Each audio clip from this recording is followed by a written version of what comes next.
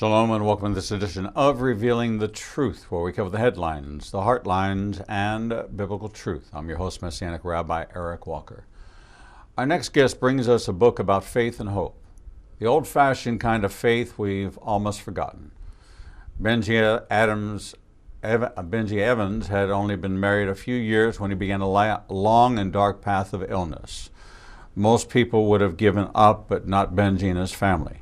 The journey is told through the eyes of Benji's wife, Davina, his mother, sister, as well as a great friend that is a doctor. The community in rural Oklahoma prayed, helped, and refused to believe God would abandon Benji. You will see when the outlook was grim, God was there. Benji was on death's doorstep many times during his journey, but God. Benji Evans is a business consultant specializing in safety and training. He works as both an advisor and consultant to startup businesses. He attended Northern Oklahoma College and Oklahoma State. He's a survivor of a life-threatening illness that required 42 blood transfusions and nearly cost him his life. Today, he's an outspoken advocate for blood donors. He lives in Oklahoma with his wife, Davina, where he enjoys hunting and fishing. Joining us now to talk about his book, Back from Death's Doorstep, A Story of Faith and Overcoming the Odds, is Benji Evans. Benji, welcome to Revealing the Truth. Thank you, Rabbi. Glad to be here. Benji, take us back to the early years of growing up, what your foundation of faith was, what kind of environment you lived in, and then the ultimate meeting of your wife later in life, not as a young man, but two people who both, oddly enough, had never been married before, but were of an age where most people had been married, had kids, and lots of baggage going in. The things that that brought you together. So take us back to the early years and what your faith journey was like, so that yours and your wife's faith journey that could help you endure quite an amazing story. Sure. Well, I grew up in the church, as a lot of people in the Bible Belt in rural Oklahoma. I grew up in the Disciples of Christ First Christian Church.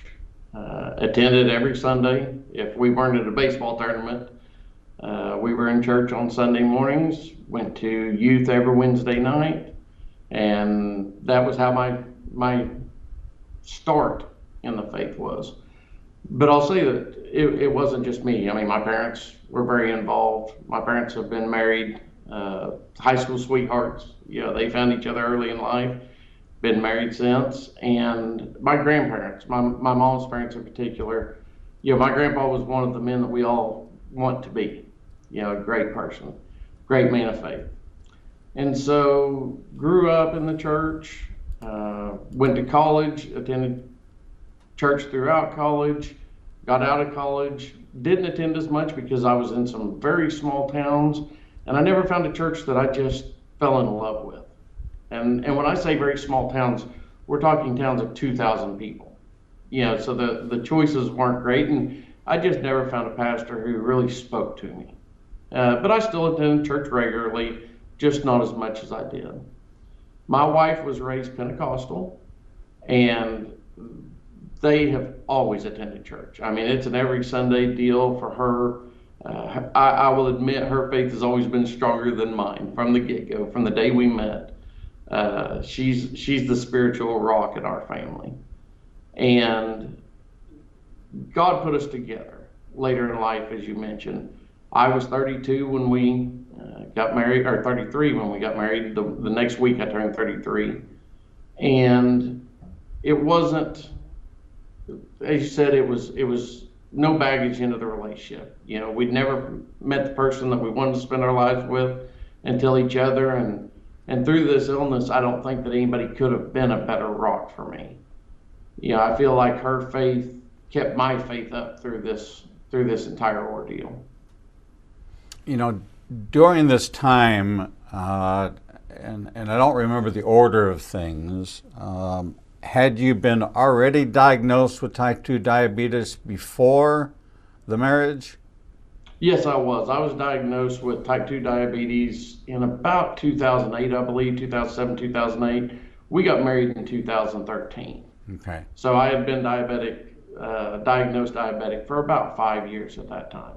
And how are you managing that lifestyle that required that you change your diet and you change lifestyle? And type 2 diabetes is manageable through diet and exercise, but that wasn't really the approach you took to it, was it?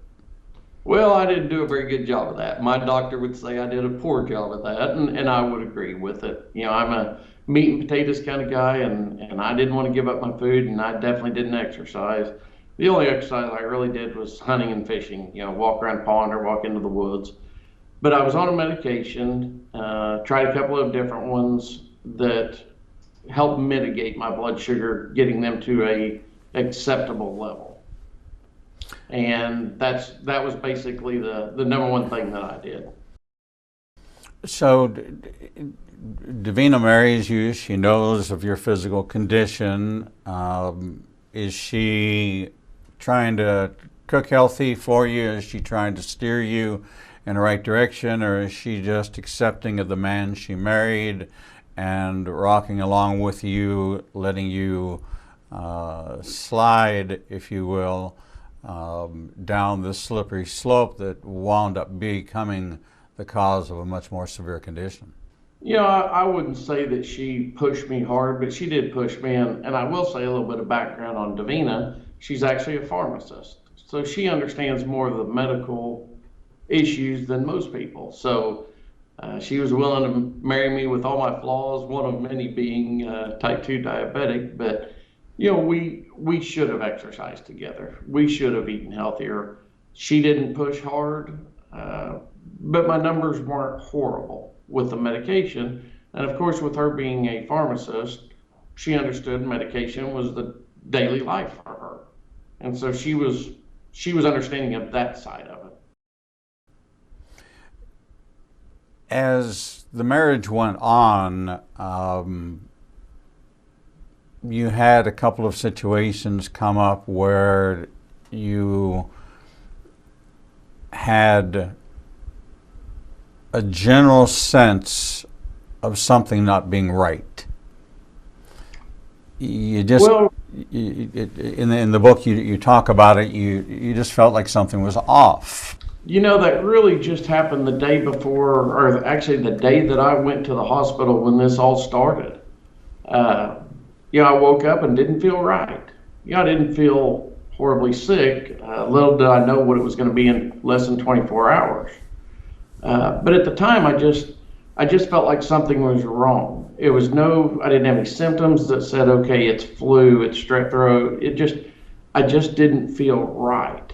It's a really weird thing to try and explain, because there was nothing that said, okay, you need to go to the hospital. It was just something doesn't feel right somewhere. So you wound up going to the hospital, and the doctors searched for all kinds of things, tested you to rule out every possibility. And what did they come up with? Well, when they drew the blood, because I really didn't have any symptoms. I had a very low-grade fever, but nothing to be of any concern. That's a not uncommon thing to have it was like 99.3. And so they drew the blood work because I just said something's wrong, and there were some elevated levels. And so they said, okay, we need to pull some more blood and run some more tests. And they came back and said that it was pancreatitis, which, of course, at that time, I had no clue how dangerous pancreatitis can be.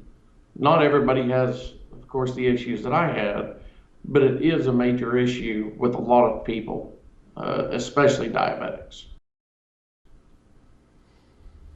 So that they diagnosed you as pancreatitis,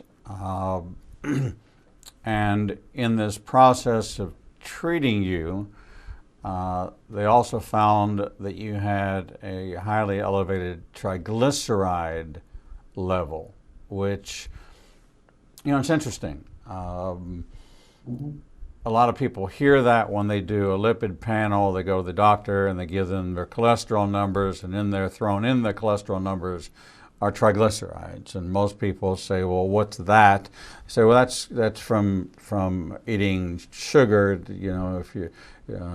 I had a time when a Reese's peanut butter cup a day or every day or a couple of times a day, and then I go to the doctor and they say, well, we've got to do something about this. And at one point they put me on a medication called Tricor to manage the triglycerides.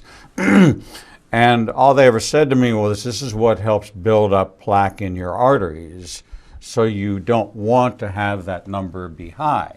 If we can manage that number, the other numbers are well within the limits. So I never really gave it a whole lot of thought as being something that was a big deal. But for you, it became a very big deal. It did, and the doctors will tell you that they want your triglyceride levels below 150. And the triglycerides are the fat that's floating around in your blood, basically. I mean, that's the simple explanation of it.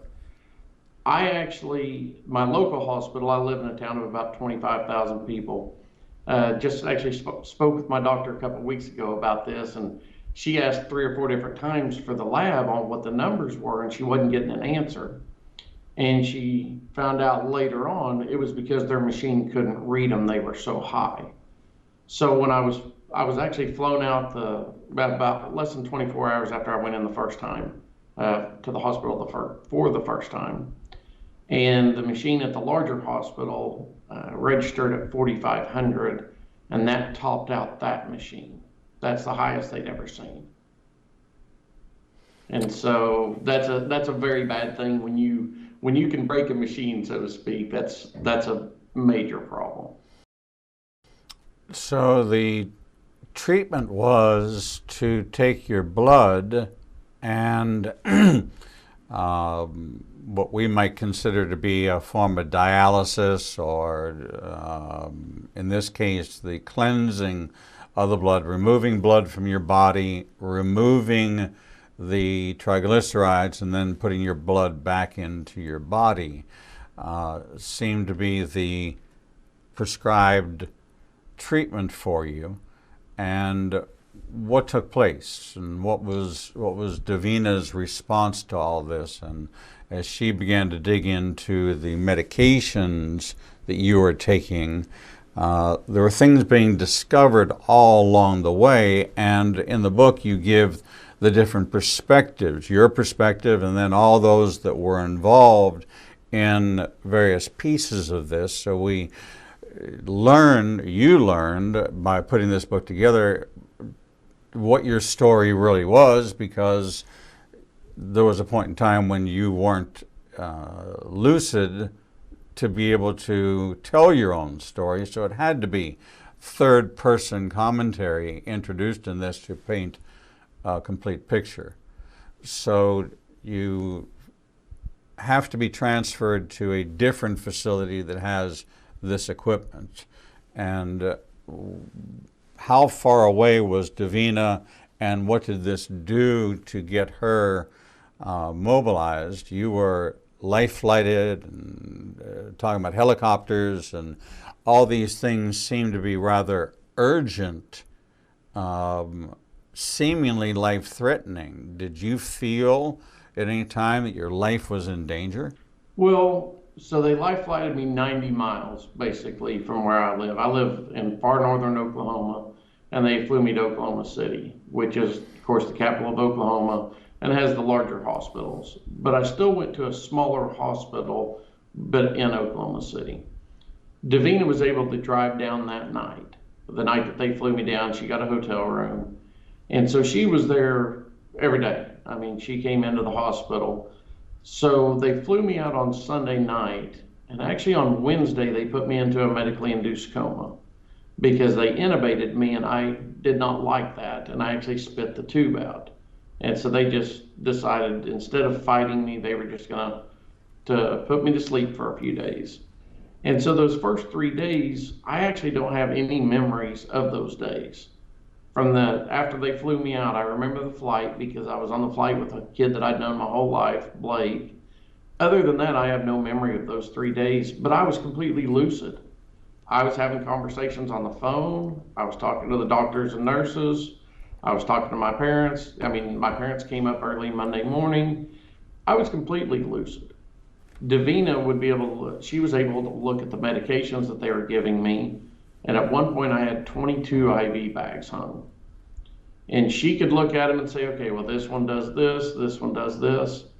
But the hardest thing for her was she knew too much. She knew because I was on this medication, this is not good. She knew this one, this is to fight this, that's not good. So I was actually diagnosed with pancreatitis, ketoacidosis, kidney failure, and the high triglycerides there in that first 24 hours in Oklahoma City at Deaconess. And so they were having to fight this on multiple fronts. It wasn't just pancreatitis. It wasn't just high triglycerides. It was so many different things that you fight one, but you have to fight another one at the same time because any of them could have killed me at any point. And so it was really tough for her knowing more than the average person did. There's sometimes not knowing anything is better than knowing everything. So as the family gathered, she being Pentecostal,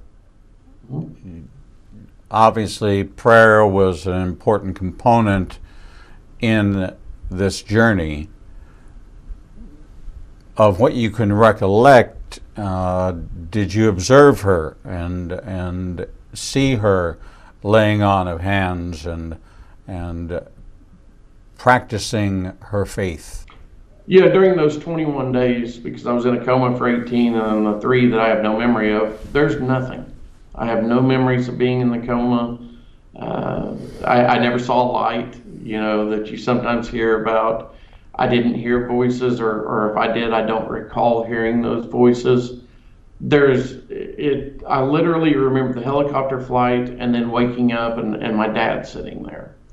But after the fact, Davina, our pastor who's since moved on to another church, I remember them coming and laying the hands on me and praying over me. And my sister, we were never raised Pentecostal, but I had a blood clot in my arm, and she came in, laid her hand on it, and she swears up and down to this day that she prayed that one away. And I'm never going to doubt her on it because it went away. A life-threatening blood clot, and she laid her hand right on it, and then it was gone. So I definitely had people, placing hands and praying on me. No specific instance that I recall, but I do remember it happening.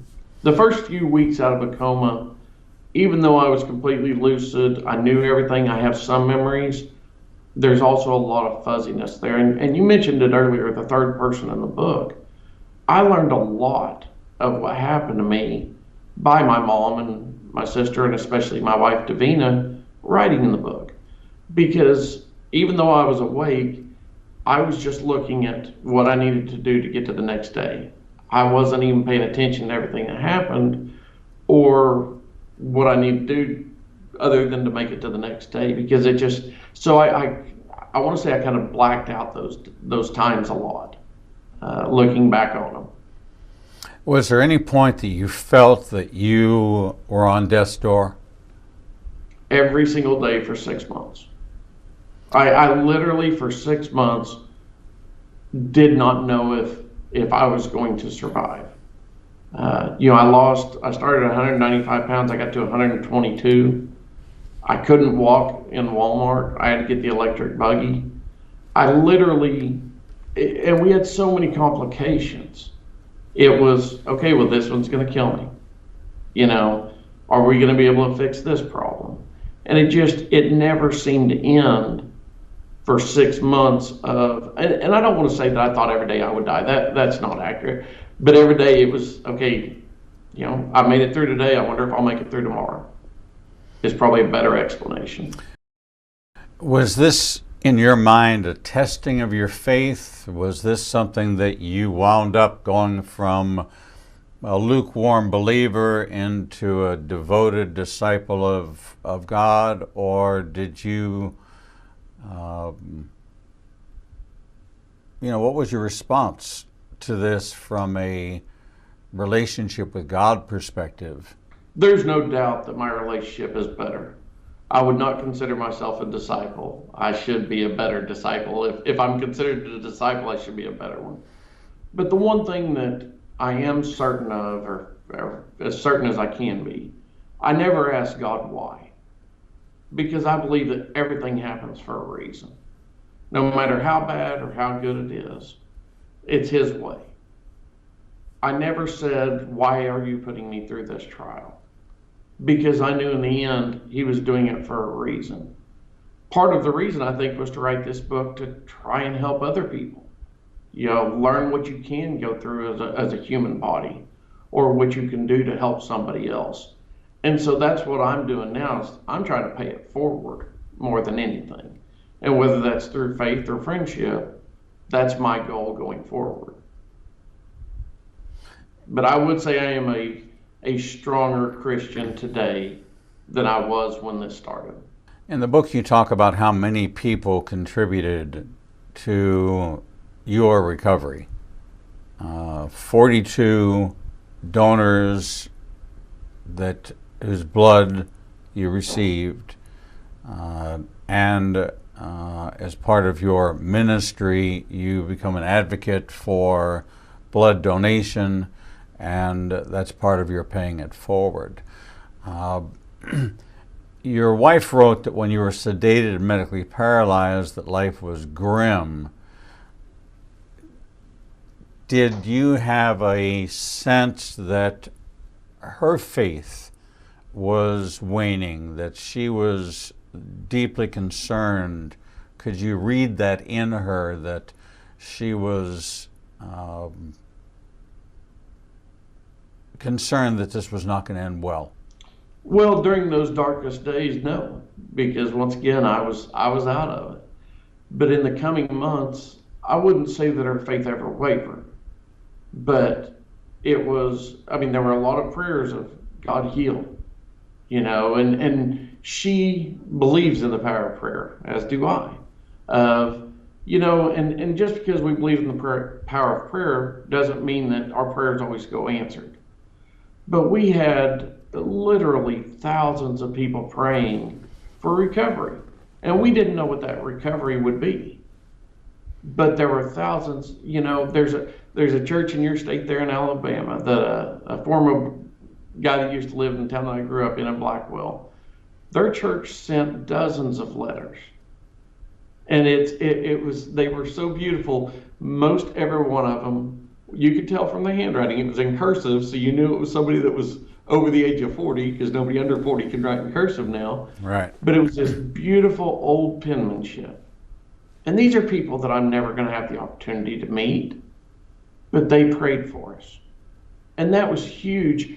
I had a friend who's a missionary in Dubai, and they were praying for us. It was literally prayers across the world. And I think that helped all of us with our faith throughout. Even though Davina knew that there was a chance that I may not make it, she also understood that it was all in God's hands. If our time together was short, then that's what God meant for us to have. And I would have an impact on her life going forward. And that's maybe all the impact I was supposed to have. But fortunately, we were meant to be together longer than those couple of short years. Less than 3 years of marriage at the time of my illness beginning. From the beginning of this not feeling well, not feeling right, to you being back home, what period of time are we talking about? I was in the hospital 35 days the first time. The first of many times was 35 days. I went in on a Saturday and came home 35 days later.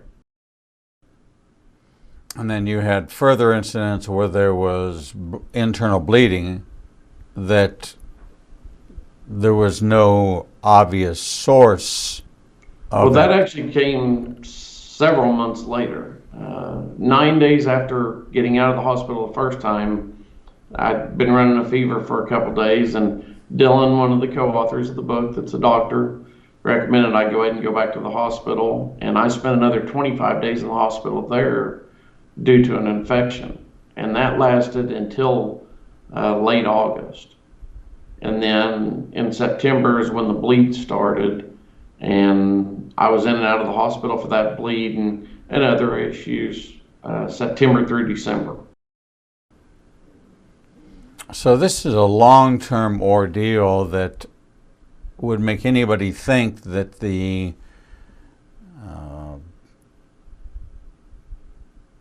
the illness doesn't kill you, the journey is going to kill you. For sure. When's it going to stop? What am I supposed to learn from this? God, why are you allowing this to happen? Because nothing you do is without purpose. So did you find yourself looking for answers, not how do I get out of this, but what do you want me to get out of this? You know, it was a few months into it for sure before that, before I had that feeling. It was more of what shoe's going to drop next. You know, when you see the complications that I've had, it was one thing after another, but a lot of times there was no reason that a doctor could see to say, well, you've had this, so this is a common side effect, or this happens frequently. A lot of times it was something completely unrelated to something else, something that had previously happened. So that was the difficult part, was we'd start to get one thing fixed and then something else would pop up. And it's like, man, you just can't catch a break here with everything that's going wrong. There's got to be an end in sight with all of this negativity at some point. With all of these issues, at some point, something has to happen. But I'll say my nurses from the get-go, they kept me as positive as possible. You know, they kept saying, we're going to fix you, you know, and they were there. You know, the nurses prayed over me. And that was a huge thing for me. You know, I had the support not just of friends and family, but of those nurses throughout all of this. And that was huge for me. What do you think God was trying to show you in this? You can get through anything. I think he also wanted us. You know, none of this is me. It's all us. Mm-hmm. But it's not just my wife and my mom and my sister and my dad. It's my friends. It's my extended family. I think he wanted to show the things that we can all do when life doesn't go the best for your friends and family. You know, the little things that you can do. Stop by a hospital waiting room. You have a patient, if you don't want to see the patient, that's fine. Stop and support the family. You know, I didn't need the support in my room during those 18 days when I was in the coma, but my family sure did. You know, I didn't know who came and who didn't. You know, as men, we always think, well, somebody's sick, we'll take them a casserole. Honey, can you make casserole for me to take? Go mow their yard. You know, I had so many people do things like that that are going to change how I look at things going forward. How I can help somebody when they're down on their luck. Be it financial, be it health, whatever. Things that we can do to help that isn't just saying a prayer. I mean, I'm no longer nervous about going to visit somebody in the hospital. I mean, none of us like to visit somebody in a hospital. Right. It's not fun. You know, and you as a rabbi, I'm sure you spend a lot of time visiting people in the hospital. But for the normal person, we hate that feeling of not being able to do anything. Well, a lot of times it's just being there. That's what's needed more than anything. Just being there for the people who need the help. You know, it's God's greatest lesson is that because of God's complex nature and in His Word, everyone He ever used began with them showing up and being where they were supposed to be. That's where it began for everyone in the Bible, that they were where they were supposed to be. They showed up. And I think that's the lesson of community, is that instead of asking the question, Lord, what can I do for you? And God's answer is, I don't need you to do anything for me. I want you to do more with me and be the hands and feet and be a part of the community. The community came out for you, which meant that they had already engrafted you into the community. When you came back out of it, would you take your place in the community so that you could join together to do this for someone else? And a lot of times people go through experiences like this, and then they go back to the way it was, and they don't pay it forward. They don't join the community they've received, but yet they don't join together. And God, as he did in the book of Acts, it's God who adds the numbers daily, those being saved. It is through these acts of kindness and through these acts of support that people are provoked to say, hey, I want to be a part of that group. What do they have that this group over here doesn't have? And they have hope, and they have faith, and they have a relationship with God through Messiah. I want that. I want to do what they're doing. And that's what grows the kingdom. We're talking. Right. And you mentioned earlier the 42 people whose blood I received. Those are 42 people that are strangers to me from the get-go. I mean, these people had no ties to me. But 85 people donated in my name that did know me. And those 85 people saved over 250 lives by donating that blood. Yeah, those are my friends and family that wanted to help, and that was the way they could, was taking an hour out of their day and donating a pint of blood. It doesn't sound like a big gift, but so many people are so busy that when the blood drive comes, they're just too busy, they can't be bothered. And it is truly the gift of life. We're talking with Benji Evans, author of the new book, Back from Death's Doorstep, A Story of Faith in Overcoming the Odds. It's a wonderful compilation of a collection of points of view, because Benji was in a coma for 18 days. And so what took place during that 18 days, he is hearing the narrative from the other points of view as to what was taking place, so that he could have a complete picture of this entire process. We're going to take a short break, and when we come back, we're going to continue to dig in and talk about the rest of the process of recovery and get a view of Benji's condition today and his message for others and what his vision and mission is in these days where he is enjoying good health and is actively working to pay it forward. We're going to take a short break, and we'll be right back. Shalom. I'm Messianic Rabbi Eric Walker, host of Revealing the Truth, Revealing the Bible, and Revealing Prophecy, seen every week on the Igniting Nation Broadcasting Network. Our daily on-demand programming is available on our Apple and Android apps and on Roku, Apple TV, Amazon Fire, and Android TV. We broadcast live Monday through Friday through our apps, on our website, ignitingnation.com, and on Facebook Live. You can listen daily on our audio platforms on Spotify, iTunes, TuneIn, and iHeart. Our lineup of best-selling authors bring you the most in-depth biblical insights into the most pressing issues of our time, including prophecy, Israel, spiritual warfare, and a wide variety of contemporary Christian issues impacting the body of Messiah around the globe. If you missed the live show, you can always catch up on the Igniting Nation YouTube channel. Follow us on social media and join us as we endeavor to heal the nations with the Word of God. With today's smartphone technology, news, information, sports, and entertainment is widely available and almost unbounded. But what about the information that believers in Yeshua are looking for? Well, now there's an app for that.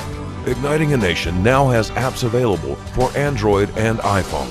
With our app, you'll gain access to everything you would in our website, from our featured guests to our live streaming shows. Visit Google Play or the Apple Store and download Igniting a Nation's new app today. Shalom.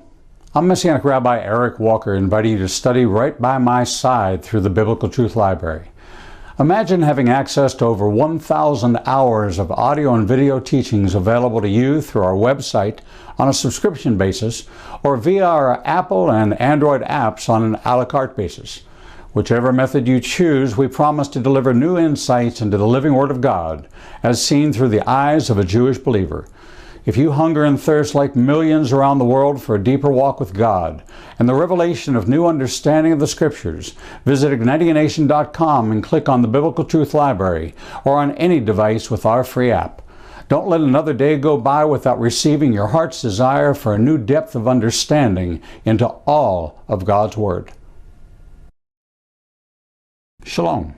I'm Messianic Rabbi Eric Walker, inviting you to join me and my special featured guests twice per month with Rabbi Zeb Parat and Carl Gallups, and monthly with Dr. Michael Heiser, Dr. Michael Lake, Dr. Timothy Jennings, Dr. Mark Baker, Dr. Jeffrey Johnson, Drs. Michelle and Mark Sherwood, Dr. Kim Moss, Derek Gilbert, Peter Rosenberger, Brandon Gallups, Steve Fair, Stephen Black for in-depth insights into Israel, prophecy, the unseen realm, the brain, spiritual warfare, overcoming shame, mysteries of the Bible, prophetic insights, the sensational and the supernatural, caregiving, addiction recovery, understanding the divided heart, same-sex attraction, and much more. We're proud to feature some of the greatest biblical minds from both Israel and around the United States. Check out our featured guest lineup and 24/7 feed on ignitingnation.com or watch by topic on any device with our free apps. If you can't find what you need, you're just not looking in the right place. Follow us on social media and download our free apps today. Shalom. I'm Messianic Rabbi Eric Walker, inviting you to join me and Israel's #1 rated guide, Edo Canaan, for our annual Israel trip. Our 2022 trip is now open for registration for our 18th trip to Israel. Our trip will take us from Tel Aviv to the Galilee, down to the Dead Sea, and 4 nights in Jerusalem. You will walk where Yeshua walked and watch the Bible turn from black and white to living color. Visit ignitingnation.com/events and download the registration form today. No, it's not too early to take advantage of our payment plan designed to fit any budget. All of our trips sell out, and we want you to experience this life-changing journey. Registration is now open for April 2nd to 13th, 2022, and we promise you, you will never read your Bible the same way again. Shalom and welcome back to this edition of Revealing the Truth, where we cover the headlines, the heartlines, and biblical truth. I'm your host, Messianic Rabbi Eric Walker, and we're talking with Benji Evans, author of Back from Death's Doorstep, a story of faith and overcoming the odds. Benji, welcome back. Thank you. Good to be here. So Benji, the question becomes, why did you write this book? Yeah, the biggest thing is it was part of my healing process. You know, there were so many things that I didn't know, as I mentioned earlier, and having the others write down what they remembered really helped me understand a lot of the things that had happened. But I wanted to be able to tell my story a little better than what I had, a little better format. And I wanted people to see that even when times are tough, there can be something positive come out of a negative. And I think that this book definitely would fit in that category. How is your health today relative to what it was when you were going through this crisis? Well, I'm on an insulin pump now because basically I don't have a pancreas. The doctor said it exploded, was the word that he used. And so I'm on an insulin pump that keeps me alive. And I'm so happy for that technology, even the frustration that comes with the pump. And for anybody who's a type 1 diabetic with an insulin pump, they completely understand the beeps and vibrations and the annoyance of that. But it makes my life where I can live a fairly normal life. I do have some medications that I'll have to take the rest of my life, as well as the insulin that the pancreas normally does as an additional function to insulin. That I have to take with every meal, and without that I wouldn't be here today. And so I'm able to do most things. I still get tired though. You know, I lost so much weight, I lost all my muscle mass, but overall I'm not limited. I just have to be a lot more careful and watch my blood sugars a whole lot more than I used to. Now the concern is low blood sugars, and that does happen on occasion. And I write about one instance for sure in the book that could have ended much worse than it did. The role that Davina plays now in your in-house medical advisor, your in-house pharmacist, are you in the past? I'm sorry, I cut out right there. I missed that last part. I said, are you paying closer attention to her than you have in the past? I will say I definitely am. You know, when she says something about a medication, I definitely listen a little better. And never been one to argue with her, but now I do listen a little easier, I would say. At the start of this journey, what would you have expected your life expectancy to be? You know, I don't know why it wouldn't have been late 70s. That was, you know, most of my family has actually been in the 80s. So it wouldn't surprise me at all to have made it into the 80s. But late 70s for sure. So when you were going through this, of course, you were wondering if you were going to make it past 38 or 40. Literally, my goal was to hit 36, you know, 36. And then it was to get to 37. And by the time I'd hit 37, you know, I was 35 when it first happened, just a few months away from 36. Once I reached 37, I knew 40 would happen. I was confident at that point that I would at least see 40. Was insurance there for you? Were they covering the expenses? Did you wind up with a financial burden from this? I don't think you can go through a serious illness like this and not have a financial burden, no matter how good your insurance is. Having said that, I was very blessed to have had fantastic insurance. One bill that I remember in particular was $742,000. It was actually the first bill that I received, and I had to pay $1,000 of that. In 2017, I think, was the year, we were still out $20,000 in medical expenses. But that was a drop in the bucket. I would say that through that year and a half of the severe illness and all the surgeries and everything, we were at about $30,000 to $35,000. Not chump change, but there were people that did, you know, this was before everybody started using GoFundMe's really. There were people that sent money for my medical expenses to the bank. There were people to a checking account. There was a local church that I didn't even know that I knew really anybody that went to it. Come to find out, I knew most of the people, being in a small town. They do a fundraiser every year for somebody who's come on hard times. I was fortunate at the time. I was actually the most money they'd ever received and the most food they'd ever served for that. And so, you know, we had a lot of people who gave. A lot of people that I didn't know that gave. And it was $10 here or $20 there or whatever it was. And it was a huge help for us. And, you know, we had a little bit of money. My parents were able to help. You know, my wife was able to work through all of this time. I was on long-term disability for a while. And so we were able to make it. But I understand how most people couldn't even do what we were able to do, even with as good as my insurance was. Are you finding that you're now given opportunities to give your testimony about this and get out there with more speaking engagements?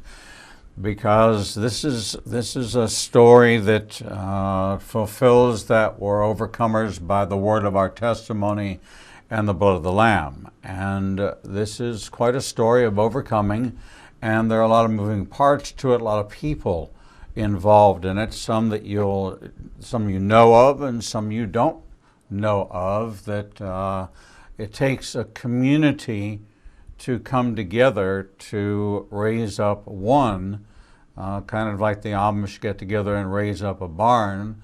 They do something that would seemingly be a painstaking work and make it look awfully easy when the whole community comes together in harmony. And so have you been able to tell this story in the local churches, in the local community, and to other congregations? And have you found a deeper connection with a church, with a pastor, and people who are encouraging you to get out more and tell this story? Well, to answer the last question first, yes, I've had a lot of people asking me to get out and tell the story more. The majority of my speeches so far have been through the Oklahoma Blood Institute, which is where I received all of my blood. And I'm actually giving blood on Friday, paying it forward, helping save other lives. With COVID having just hit this last year, it's pretty much cut down on doing a whole lot of everything. I think that we are getting back to the new normal. I hate to even say that because I hate that phrase, but we all are going to start back to where we were. And now I think I will be getting out more and doing the speaking to the churches, and I want to talk to high school kids about blood donation. My story is definitely a story of faith, and the book is a story of faith. But it's not just that. It's how you can help others, and blood donation is, of course, near and dear to my heart now. Through OBI, they've asked me to speak, and if 4th of July comes around and they're low on blood, they call me and ask me to do a recorded message, because when a message comes from somebody that's used it, then it means more. So I'm hoping to continue to do that with them, but also go to different churches and speak, because I do want to talk about my faith, because I'm a firm believer. The only reason that I'm here today is because of all the prayers, because God answered those prayers. He was already going to do it, but those prayers, I think he just continued to listen and said, okay, you've got more work to do here on earth. And I think that by speaking, I can help people see what they can maybe do to help people in the future, how to be a better person, not just a Christian, but a better person as well. It seems like a great opportunity to combine the message of your testimony and then encourage the congregation to sign up for the Bloodmobile, to come to do a blood drive in their community, and to really partner with the blood bank as an integral part of your message, and give people the opportunity to really, where most would give an invitation to accept Messiah at the end of a presentation, your invitation is a little bit different, is to say, well, you're here because you are a believer in Messiah, and the invitation I want to give you is a little bit different, is that faith without works is dead, and is death, and that here's an opportunity for you to put your faith at work. It's going to take you 20 minutes, and we can get a Bloodmobile into the parking lot of this church and get a community drive going. And if your church will step up and become a part of coordinating with the blood bank, we can turn this community into surplus and take it to other communities and help others like me who received 42 units of blood and plasma from total strangers who, this is a mission field that's very different. There's a lot of people who are had trips to Tanzania and Guatemala and all these countries, Honduras, that were canceled because they couldn't do their mission work. Here's a mission which is a life giver, and it tied so neatly to the fact that we are all sealed by the blood of the Lamb, and that he shed his blood to cover our sins. And so the life of a thing is in the blood. The blood is for making atonement. And so here's a way for you to give back. And it doesn't take very long. It's not painful. It's just a matter of convenience. And if you put God first and you want to be a part of this story, that you can be. The final chapter is not written, because the final chapter is a ... It's how many people will sign on to give blood, to be a part of this, to give the gift of life to someone they don't know. says there's no greater gift than for one man to lay down his life for another. Well, part of that laying down your life is being willing to shed your blood. Imagine being able to fulfill that without having to die. That seems to be something that God would want to honor and acknowledge, and a message that many people can get behind. Well, and I think that I agree 100% with every bit of that. But I think the add-on to it is, unless you're a doctor or a nurse or a paramedic or a fireman, how often can you save a life? I mean, truthfully, I'm not talking about saving a soul, Rabbi. How often can you save a life? Right. I can save one every 56 days. I can actually save 3 every time I donate. Takes an hour out of my day to save 3 lives. And I can do it every other month. It's a powerful message, and it's a contribution that people who are looking for relevance in their life to look and make a contribution, they don't know where, they don't know how, they don't feel that they're cut out to work in a food bank or in a homeless shelter, that this is something that anybody who has a vein in their arm and blood coursing through their veins that are healthy enough to pass the clotting test, which is all you have to do is pass that clotting test, that you will be giving the gift of life to another, and it costs you nothing. But usually you get a free t-shirt even. You get a free t-shirt. Well, there you go.